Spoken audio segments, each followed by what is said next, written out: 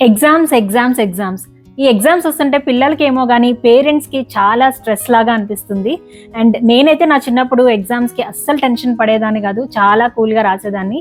But ఇప్పుడు Arya exams కోసం అయితే చాలా ఆలోచించాల్సొస్తుంది. ఇంతకుముందు పిల్లలకి ఇప్పుడున్నన్ని డిస్ట్రాక్షన్స్ ఉండేవి కాదు. అండ్ పేరెంట్స్‌కి కూడా ఇన్ని expectations, social comparisons, micro management లాంటివి ఉండేవి కాదేమో. ఇంతకుముందు ఇంత స్ట్రెస్ అయితే ఉండేది కాదనిపిస్తుంది. బట్ ఇప్పుడు పిల్లలకి ఎగ్జామ్స్ వస్తున్నాయంటే చాలా టెన్షన్‌గా ఉంటుంది. సో ఈ వీడియోలో మనము పిల్లలు కూల్‌గా చక్కగా ప్రిపేర్ అయ్యి ఎగ్జామ్స్ రాయడానికి హెల్ప్ అయ్యే టిప్స్ నేను షేర్ చేయబోతున్నాను. అండ్ పేరెంట్స్‌గా మనం వాళ్ళని ఎలా చదివించొచ్చు, ఎలా వాళ్ళకి ఇంట్రెస్ట్ క్రియేట్ చేయొచ్చు, ఎలా మనం ఓవరాల్‌గా ఈ ఎగ్జామ్స్ అనే ప్రాసెస్‌లో వాళ్ళకి హెల్ప్ చేయొచ్చు అనేది ఈ వీడియోలో చూసేద్దాము. యాక్చువల్లీ ఇప్పుడు ఆర్యకి ఎగ్జామ్స్ జరుగుతున్నాయి. సో నాకు హెల్ప్ అయిన విషయాలు, నా పర్సనల్ ఎక్స్పీరియన్సెస్ మీకు షేర్ చేస్తున్నాను. మీకు కూడా హెల్ప్ అవుతాయి అన్న ఉద్దేశంతో. సో వీడియోని మిస్ కాకుండా లాస్ట్ వరకు చూసేయండి. వీడియో చివరిలో మంచి ఆలోచన కూడా ఉంటుంది. అందరికీ నమస్కారం. నేను మీ స్వప్న. జీవితం మస్తు ఛానల్కు స్వాగతం.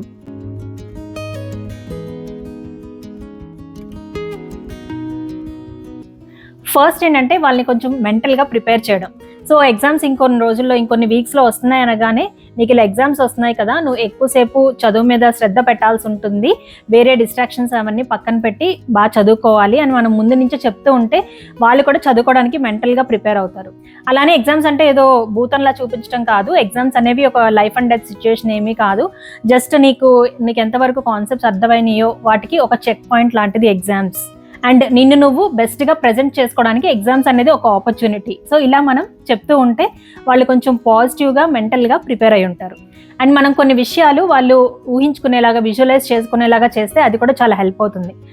ఫర్ ఎగ్జాంపుల్, ఎగ్జామ్ ముందు హడావుడిగా చదవడం కాకుండా ఆల్రెడీ ముందే చదివేసుకుని ఎగ్జామ్ ముందు కూల్గా జస్ట్ రివైజ్ చేసుకుని వెళ్ళి ఎగ్జామ్ కాన్ఫిడెంట్గా రాసి వస్తుంటే ఆ ఫీలింగ్ ఎలా ఉంటుంది ఊహించుకో అని మనం వాళ్ళకి చెప్పొచ్చు అనమాట. సో అది వాళ్ళు విజువలైజ్ చేసుకున్నప్పుడు మనం ముందే చదువుకుంటే బాగుంటుంది అని చెప్తాం కదా, సో ఆ ఫీలింగ్కి కనెక్ట్ అవ్వగలుగుతారు. అండ్ నెక్స్ట్ ఏంటంటే ఎగ్జామ్స్ ముందు ఇలా మెంటల్గా ప్రిపేర్ చేయడంతో పాటు ఒక 2-3 వీక్స్ ముందే మనం చదువుకోవడానికి ప్లానింగ్ అనేది స్టార్ట్ చేస్తే కూడా చాలా హెల్ప్ అవుతుంది. వాళ్ళ సిలబస్ని బట్టి అన్ని టాపిక్స్, అన్ని చాప్టర్స్ కనీసం ఒక్కసారైనా చదివేలాగా. అంటే ఎగ్జామ్ ముందు రోజు ఒక కొత్త చాప్టర్ అసలు ఎప్పుడు చదవంది తీస్తే టెన్షన్ వస్తుంది కదా, సో అలా కాకుండా ఒక 2-3 వీక్స్ ముందే అన్ని చాప్టర్స్ ఒక్కసారైనా కవర్ అయ్యేలాగా ముందే ఒకసారి చదువుకునేలాగా చూసుకుంటే అది చాలా చాలా మనకి ఈ స్ట్రెస్, టెన్షన్ ఇవన్నీ తగ్గిస్తుంది. ఎస్పెషల్లీ కొంతమందికి కొన్ని సబ్జెక్ట్స్ చాలా టఫ్గా ఉంటాయి. సో అలాంటి టఫ్ సబ్జెక్ట్స్ కనుక మనం ఒక 2-3 వీక్స్ ముందే మనం కొంచెం కాన్ఫిడెంట్గా ప్రిపేర్ అయ్యాం అనుకోండి, చాలా వరకు టెన్షన్ తగ్గించవచ్చు. లేకపోతే మనం ఈ నైట్ అవుట్లు, లేకపోతే ఎక్కువ టైం ఇంకా కంటిన్యూస్గా చదవడము, కంగారు, టెన్షన్ ఇవన్నీ పడతాయి. అండ్ ఎప్పుడైతే ఇలా ముందే మనం ప్లాన్ చేసుకుంటామో అప్పుడు ఎవ్రీడే ఎక్కువ భారం కూడా పడకుండా చిన్న చిన్న tasks like daily 1 or 2 chapters ఇలా కూడా ప్లాన్ చేసుకుంటూ వాళ్ళని ఎక్కువ స్ట్రెస్ చేయకుండా ఈజీగా చదువుకునేలా చేయొచ్చు. మాకైతే ఇది ఈసారి చాలా బాగా హెల్ప్ అయింది. యాక్చువల్గా మేము కరెక్ట్గా ఆర్య ఎగ్జామ్ స్టార్ట్ అయ్యే ముందే మా మ్యారేజ్ డే అండ్ బర్త్డే టైంలో ఏలూరు అండ్ అన్నవరం వెళ్ళొచ్చాము. So almost 3 days continuous travel ఉంది. వచ్చిన నెక్స్ట్ డేనే ఆర్యకి ఎగ్జామ్ అనమాట. బట్ ఆల్రెడీ మేము ఇంతకుముందు అన్ని చాప్టర్స్ చదివేలాగా చూసుకున్నాం కాబట్టి ఆ జర్నీలో కూడా లైట్గా రివైజ్ చేసుకుంటే సరిపోయింది అనమాట మండే ఎగ్జామ్ రాయడానికి. సో ఇది చాలా హెల్ప్ అయింది. సో 2-3 వీక్స్ ముందు నుంచే ప్లాన్ చేసుకోండి అన్ని చాప్టర్స్ కవర్ అయ్యేలాగా. నెక్స్ట్, ఈ రోజుల్లో పిల్లల్ని చదివించడానికి కూర్చోబెట్టడం చాలా కష్టంగా ఉంటుంది. కొంచెం టీవీ చూసాక చదువుతూ ఉంటారు, లేకపోతే స్నాక్స్ తిన్నాక చదువుతూ ఉంటారు. ఆర్య కూడా ఒక్కోసారి ఇలానే చేస్తాడు. సో నేను అలాంటప్పుడు ఏంటంటే ఇంకా చదువు అని ఇలా సీరియస్గా చెప్పడం కాకుండా, కమాన్ మనం దీన్ని ఎలా ఇంట్రెస్టింగ్గా మార్చుకుందాము, లెట్స్ హ్యావ్ సమ్ ఫన్, ఈ చాప్టర్లో ఏముందో చూద్దాము, దీనిలో చిన్న ఛాలెంజెస్ పెట్టుకుందాము అని చెప్పి పిలుస్తాను అనమాట. ఈ చదువుకునే ప్రాసెస్ని వీలైనంత ఇంట్రెస్టింగ్గా చేద్దామని ట్రై చేస్తూ ఉంటాను. రీసెంట్గా ఒక టాపిక్లో లైక్ కొన్ని సాయిల్స్ ఉన్నాయి, ఆ సాయిల్స్ ఏ స్టేట్స్లో ఉంటాయో ఇది ఒక టేబుల్ ఫార్మాట్లో గుర్తుపెట్టుకోవాల్సిన టాపిక్ ఒకటి ఉందన్నమాట. సో దానికి మేము ఏం చేసామంటే ఈ స్టేట్స్ ఫస్ట్ లెటర్స్ ఉంటాయి కదా, ఫస్ట్ లెటర్స్తో ఒక వేరే వర్డ్ లాగా, కొంచెం ఫన్నీ వర్డ్ లాగా ఫామ్ చేసి ఈజీగా గుర్తుపెట్టుకునేలాగా అలా చేసాం అనమాట. సో ఆర్య కూడా అది బాగా నచ్చింది, చాలా సరదాగా చదివాడు. ఇంకా అది అక్కడ ఎగ్జామ్లో గుర్తుపెట్టుకోవడానికి కూడా చాలా హెల్ప్ అయింది. అలానే మనం కంప్లీట్ టెక్స్ట్ ఇంత థియరీ ఉండే చదవాలంటే కూడా వాళ్ళు చాలా బోర్ ఫీల్ అవుతారు. సో మనం ఇలాంటప్పుడు మైండ్ మ్యాప్స్ లేకపోతే డయాగ్రామ్ని చూపిస్తూ ఎక్స్ప్లెయిన్ చేయడం ఇలాంటివి చేస్తే వాళ్ళకి కొంచెం ఇంట్రెస్టింగ్గా ఉంటుంది. అలానే ఈ చదువు అనే దాన్ని మనం ప్రాక్టికల్గా ఎలా యూజ్ చేస్తాము అనేది కూడా వాళ్ళకి రిలేట్ చేస్తే వాళ్ళకి ఒక రీజన్ దొరుకుతుంది మనం ఎందుకు చదువుతున్నాము అనేది. సో ఆ విధంగా కూడా వాళ్ళకి ఓవరాల్గా స్టడీస్ మీద కొంచెం ఇంట్రెస్ట్ వస్తుంది. మ్యాథ్స్ మనకి ఎవ్రీడే క్యాలిక్యులేషన్స్లో భాగమే. ఇంకా సోషల్ సైన్స్ మన చుట్టూ జరిగే ఎన్నో విషయాలకి రిలేట్ చేయొచ్చు. ఇంకా హిస్టరీ ద్వారా ఇంతకుముందు జరిగిన మిస్టేక్స్ నుంచి నేర్చుకోవచ్చు. ఇలా పిల్లలకి మనం చెప్పచ్చు. అలానే మనం చదివించేటప్పుడు కొన్ని ప్రాక్టికల్ లైక్ రియల్ లైఫ్ ఎగ్జాంపుల్స్కి కనుక రిలేట్ చేస్తే వాళ్ళకి చాలా ఈజీగా గుర్తుంటుంది, బాగా అర్థమవుతుంది కూడా. ఫర్ ఎగ్జాంపుల్ రీసెంట్గా సొల్యూషన్ ఫామ్ చేయడం గురించి చదివాము. సో తనకి మిల్క్ కలిపేటప్పుడు దాని గురించి రిలేట్ చేశాను. ఇలా సోషల్ సైన్స్తో చాలా విషయాలు మనం రిలేట్ చేయొచ్చు. వాళ్ళ అండర్స్టాండింగ్ని, జనరల్ నాలెడ్జ్ని కూడా పెంచొచ్చు. అలానే మనం వాళ్ళకి వీలైనంత ఫ్రీడమ్ ఇవ్వాలి. జనరల్గా మనకైనా చూడండి, ఎందులోనైనా ఫ్రీడమ్ లేకపోతే ఎంత చిరాకుగా ఉంటుంది, ఎంత కోపంగా ఉంటుంది. బట్ ఏదైనా పని చేసేటప్పుడు ఫ్రీడమ్ ఉంటే మనం దాన్ని కొంచెం ఎంజాయ్ చేస్తూ చేస్తాం కదా. సో అలా పిల్లలకి ఎలాగో మొత్తం ఫ్రీడమ్ మనం ఇవ్వలేము, బట్ వీలైనంత ఫ్రీడమ్ ఇస్తే వాళ్ళు కొంచెం గుడ్ మూడ్లో ఉంటారనమాట. అంటే ఇప్పుడు ఈ చాప్టర్ చదువుతావా సెలెక్ట్ చేసుకో నీ ఇష్టం అని, లేకపోతే ఈ సబ్జెక్ట్ చదువుతావా ఆ సబ్జెక్ట్ చదువుతావా నీ ఇష్టం. ఇలాగ మనం వీళ్ళంత ఫ్రీడమ్ ఇస్తే వాళ్ళు కొంచెం బెటర్గా ఫీల్ అయ్యి బాగా చదివే ఛాన్స్ ఉంటుంది. Next positive talk. వాళ్ళతో మనం నెగిటివ్గా కాకుండా కొంచెం పాజిటివ్గా మాట్లాడితే వాళ్ళకు కూడా ఎంకరేజింగ్గా ఉంటుంది. ఫర్ ఎగ్జాంపుల్, నువ్వు బాగా చదవకపోతే ఫెయిల్ అయిపోతావు, లేకపోతే నువ్వు బాగా చదవకపోతే నిన్ను నెక్స్ట్ క్లాస్కి పంపించరు, ఇలా మాట్లాడే బదులు నువ్వు బాగా చదువుకుని ఎగ్జామ్ బాగా రాస్తే కాన్ఫిడెంట్గా ఫీల్ అవ్వచ్చు, ఇలా చెప్పచ్చు. అలానే ఫోన్తో టైం వేస్ట్ చేసింది చాలు, ఫోన్ పక్కన పెట్టు అని చెప్పే బదులు మనం ఒక 30 minutes ఫోకస్డ్గా చదువుకుందాము, తర్వాత నీకు కొంచెంసేపు బ్రేక్లో ఫోన్ ఇస్తాను అని చెప్పచ్చు. యాక్చువల్గా పిల్లలకి మనం ఇలా లాంగ్ టర్మ్లో బాగుంటుంది, చదువుకోవడం చాలా మంచిది, ఫ్యూచర్ చాలా బాగుంటుంది, ఇలా ఎంత చెప్పినా వాళ్ళకి అర్థం కావు. ఇలా భయపెట్టేవే మనకి యాక్చువల్గా బాగా వర్క్ చేస్తాయి. అంటే నువ్వు ఇప్పుడు ఎగ్జామ్ బాగా అయిపోతే నువ్వు నెక్స్ట్ క్లాస్కి వెళ్ళవు, మీ ఫ్రెండ్స్ అందరూ వెళ్ళిపోతారు, ఇలాంటివే వాళ్ళకి క్విక్గా పనిచేస్తాయి. కానీ అలా చెప్పడం కరెక్ట్ కాదు. దానివల్ల అసలు స్టడీస్ గురించి కానీ ఏదైనా కొత్త విషయాలు నేర్చుకోవడం గురించి కానీ వాళ్ళు చాలా రాంగ్గా అర్థం చేసుకుంటారు. సో అప్పుడు మనం ఏం చేయాలి అంటే కొంచెం స్టోరీస్ పరంగా చెప్పడం, అంటే వాళ్ళు ఈజీగా రిలేట్ అయ్యేలాగా. అలాగే మన personal stories and experiences share చేయడం, మనకి ఎలాగా బాగా చదువుకోవడం హెల్ప్ అయ్యింది, ఎలా చదవడం వల్ల మనం కాన్ఫిడెంట్గా ఫీల్ అయ్యాము, ఇలా మన పర్సనల్ స్టోరీస్ అవన్నీ కూడా షేర్ చేయొచ్చు. ఇంకా వాళ్ళకి నచ్చిన పర్సనాలిటీస్, సెలబ్రిటీస్ ఎక్స్పీరియన్సెస్ ఉంటాయి కదా, సో అలాంటివి కూడా షేర్ చేస్తే వాళ్ళు కొంచెం ఈజీగా రిలేట్ అవుతారు. అలానే ఎగ్జామ్స్ గురించి కానీ సబ్జెక్ట్ గురించి కానీ భయపడుతున్నప్పుడు, నువ్వు ఫస్ట్ టైం సైకిల్ తొక్కినప్పుడు ఎలా ఫీల్ అయ్యావో, అప్పుడు చాలా భయపడ్డావు కదా, బట్ విత్ ప్రాక్టీస్ ఇప్పుడు నువ్వు ఎంత కాన్ఫిడెంట్గా చేయగలుగుతున్నావు, అలానే ఈ సబ్జెక్ట్స్ అండ్ ఎగ్జామ్స్ కూడా విత్ ప్రాక్టీస్ నీకు ఏదైనా చాలా ఈజీ అవుతుంది అని ఇలా చెప్పచ్చు. అండ్ రీసెంట్గా ఒక ఎక్స్పీరియన్స్ చెప్పాలి అంటే, జనరల్గా ఆర్య క్వశ్చన్ అండ్ ఆన్సర్స్ అవన్నీ చదివిన తర్వాత నేను క్వశ్చన్స్ అడుగుతాను, తను ఆన్సర్స్ చెప్తాడనమాట. కానీ మధ్య ఏంటంటే ఇలా క్వశ్చన్స్ అడుగుతాను అంటే దాన్ని కొంచెం నెగిటివ్గా చూస్తున్నాడు. నో క్వశ్చన్స్ అడగొద్దు ఇలా అంటున్నాడు అనమాట. అంటే అక్కడ మళ్ళీ రాంగ్స్ వస్తే నేనేమన్నా అంటానేమో అలా అని చెప్పి. సో నేను ఆ క్వశ్చన్స్ అడగడం అనే దాన్ని చాప్టర్ డిస్కషన్ అనే దానిగా మార్చాను అనమాట. సో నువ్వు క్వశ్చన్ అండ్ ఆన్సర్స్ అవన్నీ చదివేసేయి, మనం ఇద్దరం కూర్చొని చాప్టర్ డిస్కస్ చేద్దాము అని అంటున్నా. సో ఎప్పుడైతే ఇలా డిస్కస్ చేద్దాము అని అంటున్నానో అప్పుడు బాగానే కోఆపరేట్ చేస్తున్నాడు అనమాట.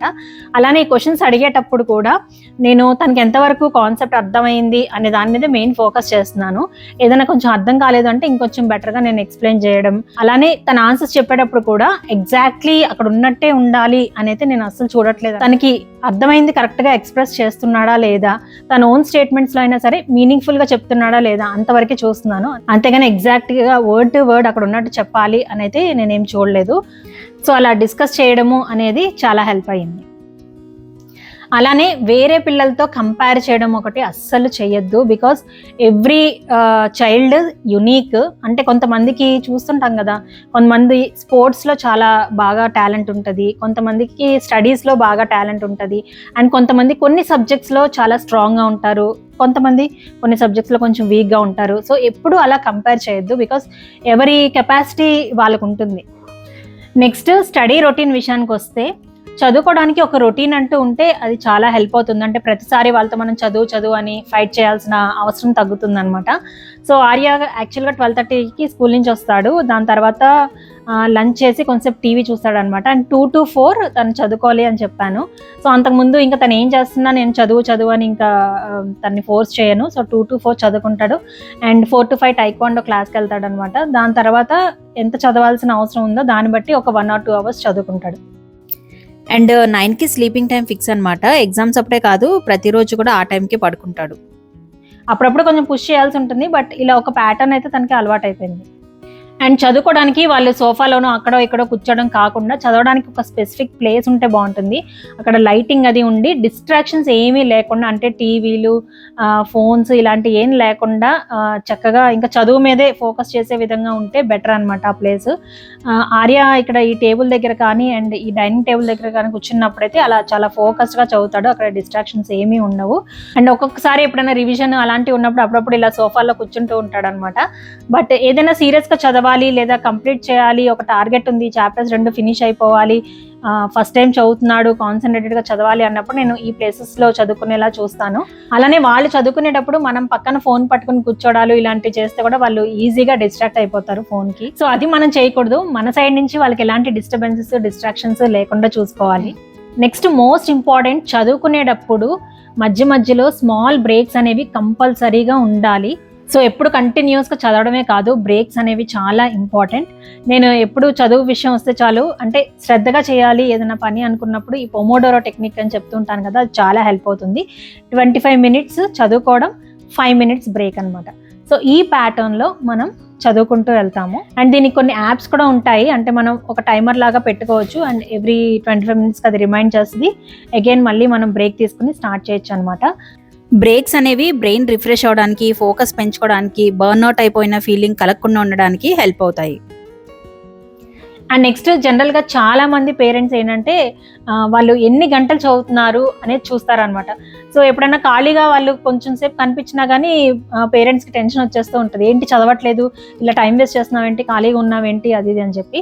బట్ ఎన్ని అవర్స్ చదివాము అన్నది కాదు, మనం చదివినంతసేపు ఎంత శ్రద్ధగా చదివాము అన్నది చాలా చాలా ఇంపార్టెంట్. సో అది మనం బాగా గుర్తుపెట్టుకోవాలి. అండ్ మనం చెప్పేటప్పుడు కూడా ఇగో నెక్స్ట్ 2 hours చదువుకో అని కాకుండా నెక్స్ట్ ఈ 2 chapters ఫినిష్ చేయి ఇలా చెప్పామనుకోండి, అక్కడ నెంబర్ ఆఫ్ అవర్స్ కాదు, ఆ 2 chapters శ్రద్ధగా ఫినిష్ చేయాలి అనే దాని మీద మనం ఫోకస్ చేయించవచ్చు. అలానే మనం మరీ మైక్రో మేనేజ్మెంట్ కూడా చేయడం మంచిది కాదు. సో వాళ్ళ ఏజ్ను బట్టి మనం ఎంతవరకు ఇన్వాల్వ్ అవ్వాలో అంతవరకు ఇన్వాల్వ్ అవ్వాలి. అంటే ప్రతిదీ ఇది చదువు అని కాకుండా వాళ్ళకి వాళ్ళే ప్లాన్ చేసుకునేలాగా, అంటే ఇది ఏజ్ని బట్టి మీరు డిసైడ్ చేసుకోండి. సో వాళ్ళకి వాళ్ళే ప్లాన్ చేసుకునేలాగా మనం జస్ట్ గైడ్ చేయొచ్చు. ఇంకా ఫోన్స్, టీవీ చూడడం ఎక్కువైపోతుంది, స్క్రీన్ టైం ఎలా కంట్రోల్ చేయాలని చాలా మంది అడుగుతూ ఉంటారు. ఎస్, ఇప్పుడైతే అది ఛాలెంజింగే. బట్ మేమైతే డేలో చూడనిస్తాము, కానీ స్ట్రిక్ట్ టైమింగ్స్ పెడతాము. మనం టైమింగ్స్ పెట్టామంటే వీళ్ళు ఇంకా ఊరుకోరు అనే ఫీలింగ్ మనం పిల్లలకి కలిగించాలి. టైం అంటే టైం అంతే, అలా ఫాలో అవ్వాలి. టైంకి ఆఫ్ చేయించే విషయంలో మనం కన్సిస్టెంట్గా స్ట్రాంగ్గా ఉండాలి. నెక్స్ట్ ఎగ్జామ్ అయిపోయిన తర్వాత డిస్కషన్ చేస్తాం కదా క్వశ్చన్ పేపర్, దాని గురించి అనమాట. సో ఎగ్జామ్స్ అన్నాక ఏయో ఒక మిస్టేక్స్ చేస్తాము, బట్ వాటిని కూర్చొని ఈ క్వశ్చన్ ఎందుకు ఇలా రాసావు, ఆ క్వశ్చన్ ఎందుకు అలా రాసావు అని మనం ఎక్కువ డిస్కషన్ పెట్టడం అస్సలు మంచిది కాదు.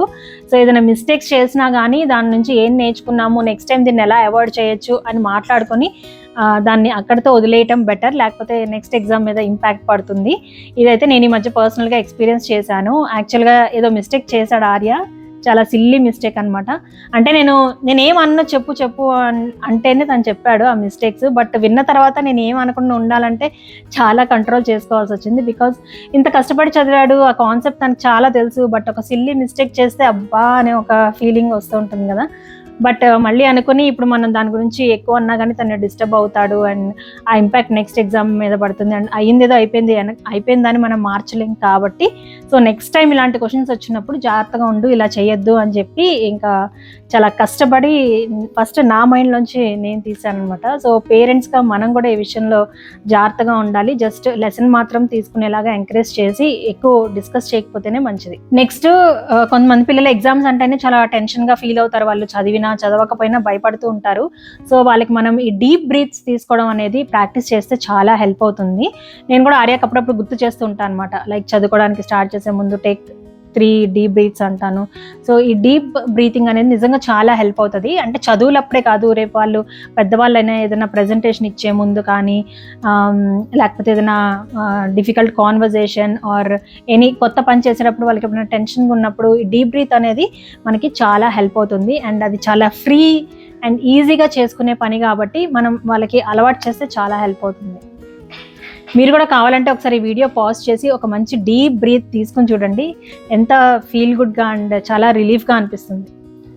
నెక్స్ట్ ఫుడ్ గురించి చాలామంది అడుగుతూ ఉంటారు, ఎగ్జామ్స్ టైంలో ఎలాంటి ఫుడ్ పెట్టాలి అని. బేసికల్గా ఎగ్జామ్స్ అప్పుడు ఎలాంటి ఫుడ్ పెట్టాలి అనే క్వశ్చన్ కంటే కూడా వాళ్ళకి ఎలాంటి మంచి ఫుడ్ హ్యాబిట్స్ చేయాలి అనే క్వశ్చన్ వేసుకోవడం ఇంపార్టెంట్. ఎందుకంటే హెల్త్ అనేది లైఫ్ లాంగ్ గోల్. ఇంకా కిడ్స్ విషయంలో బ్రెయిన్ డెవలప్మెంట్కి చాలా ఇంపార్టెంట్.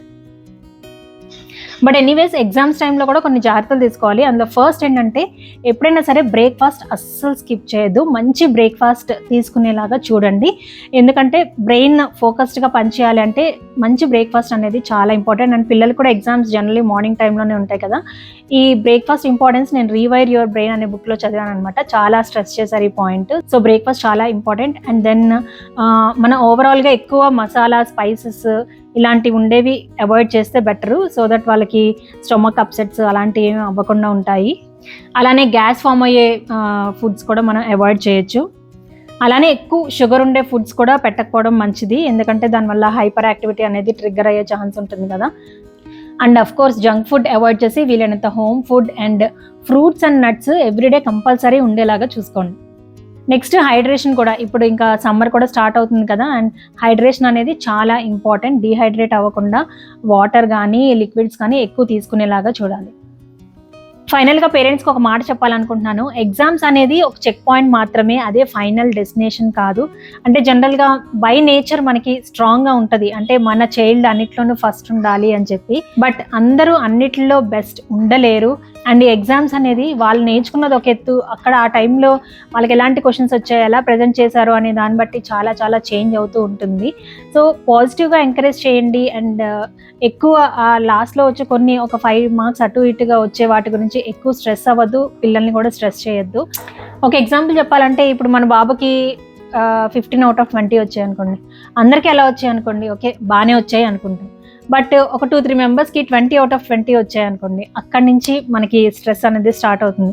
వీడికి ఎందుకు 15 వచ్చాయి, ఎందుకు వీడికి 20 రాలేదు, వాళ్ళు ఎలా చదివిస్తున్నారు, మనం ఏం మిస్ అయ్యాము, ఎందుకు బాగా చదివించలేదు, ఇలా ఇంకా ఆలోచనలు ఏవేవో వచ్చేస్తూ ఉంటాయి అన్నమాట. సో అంతా స్ట్రెస్ తీసుకోవద్దు. మీరు ఒకసారి గుర్తు చేసుకోండి, మీ చైల్డ్హుడ్లో ఎగ్జామ్స్ అప్పుడు ఎన్నెన్నో మిస్టేక్స్ చేసి ఉంటారు. అవి ఎంతవరకు మీ లైఫ్ని ఇప్పుడు ఇంపాక్ట్ చేసాయి, అసలు కొన్ని మనకి గుర్తు కూడా ఉండు. మీరు చేయగలిగిన బెస్ట్ మీరు చేయండి. మీ పిల్లల్ని కూడా పాజిటివ్గా ఎంకరేజ్ చేస్తూ వాళ్ళ బెస్ట్ వాళ్ళు ప్రజెంట్ చేసే విధంగా చేయండి. మనం పిల్లల్ని ఎక్కువ స్ట్రెస్ చేసే కొద్దీ వాళ్ళకి చదువుకోవాలి ఏమన్నా నేర్చుకోవాలి అనే ఇంట్రెస్ట్ ఏదైతే ఉందో దాన్ని బాగా కిల్ చేసేసినట్టు అవుతుంది అనమాట. సో నేను ఈ ద లెర్నింగ్ గేమ్ అనే బుక్ చదివినప్పుడు చాలా రియలైజ్ అయ్యాను. వాళ్ళలో ఈ చదువుకోవాలి, ఏదైనా కొత్త విషయాలు నేర్చుకోవాలి అనే ఇంట్రెస్ట్ ఏదైతే ఉందో దాన్ని ఎంకరేజ్ చేసే విధంగా మనం చాలా విషయాల్లో మార్పు చేసుకోవచ్చు అని ఈ బుక్ చదివిన తర్వాత నాకు అర్థమైంది. బట్ ఈ బుక్లో కొన్ని ఇంపార్టెంట్ విషయాలు మీకు తప్పకుండా షేర్ చేయాలనుకున్నాను. అది ఇప్పుడు రైట్ టైం కాదనమాట. ఎగ్జామ్స్ అయిపోయిన తర్వాత సమ్మర్ హాలిడేస్ ముందు షేర్ చేస్తాను, అప్పుడు మీకు చాలా హెల్ప్ అవుతుంది. అండ్ పిల్లలు అన్నిట్లో టాప్ ఉండడం, ద బెస్ట్ ఉండడము అనేదే ఇంపార్టెంట్ కాదు యాక్చువల్లీ. ఎప్పుడైతే వాళ్ళు బెస్ట్ లేరో, ఎప్పుడైతే వాళ్ళు మిస్టేక్స్ చేస్తున్నారో అవన్నీ యాక్చువల్గా చాలా మంచి ఆపర్చునిటీస్ వాళ్ళు స్ట్రాంగ్ అవ్వడానికి, మెంటల్లీ స్ట్రాంగ్ అవ్వడానికి. ఎడ్యుకేషన్ అనేది చాలా వాల్యుబుల్, కానీ ఈ కాన్ఫిడెన్స్ లైక్ ఏదైనా తట్టుకొని నిలబడము, మిస్టేక్స్ నుంచి నేర్చుకోవడము ఇలాంటివి లైఫ్లో చాలా చాలా వాల్యుబుల్ అనమాట. సో మనం వాటిని కూడా ఎంకరేజ్ చేద్దాము, ఈ ఎగ్జామ్స్ మాత్రమే కాదు. సో అవన్నమాట నేను షేర్ చేయాలనుకున్న విషయాలు. సో అందరికీ ఛాలెంజింగ్గానే ఉంది ఈ రోజుల్లో, పిల్లలకు ఉన్న డిస్ట్రాక్షన్స్, మనకుండే ఎక్స్పెక్టేషన్స్, కంపారిజన్స్ వీటన్నిటి వల్ల. బట్ అన్నీ ప్రాపర్గా ఒక అవేర్నెస్తో బ్యాలెన్స్ చేసుకుంటూ వెళ్ళడం అనేది చాలా ఇంపార్టెంట్. సో ఆ విధంగా ఈ వీడియో మీకు హెల్ప్ అవుతుంది అని అనుకుంటున్నా. సో ఈ వీడియో ఎలా అనిపించింది, ఏ పాయింట్ మీకు హెల్ప్ఫుల్గా అనిపించింది కామెంట్స్లో మెన్షన్ చేయండి. అలానే మీ ఎక్స్పీరియన్సెస్, మీకు హెల్ప్ అయిన విషయాలు లేదా మీరు ఫేస్ చేస్తున్న ఛాలెంజెస్ కూడా కామెంట్స్లో మెన్షన్ చేస్తే పేరెంట్స్ అందరూ కూడా రిలేట్ అవుతారు అండ్ వాళ్ళకు కూడా యూజ్ అవుతుంది. సో తప్పకుండా మీ ఎక్స్పీరియన్సెస్ అండ్ థాట్స్ని కామెంట్స్లో మెన్షన్ చేయండి. వీడియో నచ్చితే లైక్ చేయండి. హెల్ప్ అవుతుంది అనిపిస్తే మీ ఫ్రెండ్స్ అండ్ ఫ్యామిలీస్కి తప్పకుండా షేర్ చేయండి. ఇప్పుడైతే మంచి ఆలోచన చూసేద్దాం. పిల్లల్ని సమర్థవంతంగా ఆలోచించేలా ఎంకరేజ్ చేయండి. మార్క్స్ కోసం ఒత్తిడి పెట్టకండి. సో అదండి ఈ వీడియో. మరొక మంచి వీడియోతో మీ ముందుకు వస్తాను. అప్పటి వరకు జీవితమస్తు.